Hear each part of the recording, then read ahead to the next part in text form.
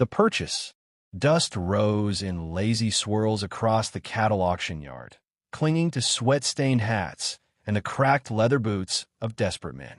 Ethan Cole stood among them, his arms crossed, his jaw set in a line that spoke of too many debts and not enough sleep. The ranch weighed on him like a yoke he could not shed. Years of drought and failed harvests had hollowed him out, leaving only grit and the stubborn pride that kept him standing. He had come for livestock, not trouble. A few heifers, maybe a sturdy mare, something to patch the bleeding edges of his ranch. But trouble found him all the same. A ripple of uneasy murmurs moved through the crowd as a figure was led forward. Not cattle, not horse, but a woman, shackled by reputation more than rope. Her wrists bore no iron, only the mark of defiance in the way she held her chin.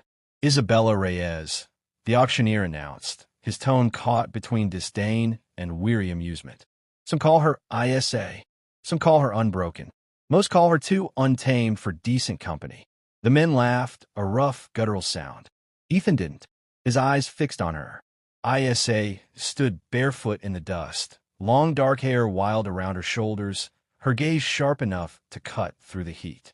There was no shame in her bearing, only fire, a dangerous kind that burned against the cage of expectation. She looked more like a creature of the open range than a woman to be sold. The auctioneer kept talking, spinning her story like bait. She'd run from every man who tried to claim her, fought them, outlasted them, never yielding. Too wild for town, too costly to keep, a liability no one wanted. Ethan felt something stir in him. Not desire, not yet, but recognition. He saw in her the same rebellion that sparked in untamed horses, the kind that either broke a man or carried him farther than he'd ever dreamed. "Do I hear 50? The auctioneer barked. Silence. No one raised a hand. 40. More silence, broken by a cough and a scoff. ISA smirked, as if daring the world to leave her there. Ethan's hand rose before his mind caught up. The crowd shifted, curious now.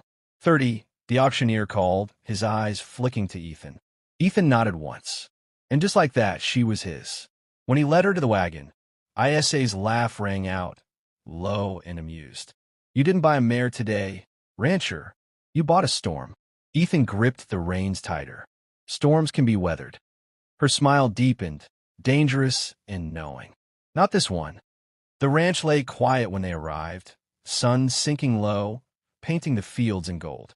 Margaret stood on the porch, her apron dusted with flour, her posture straight as a fence post.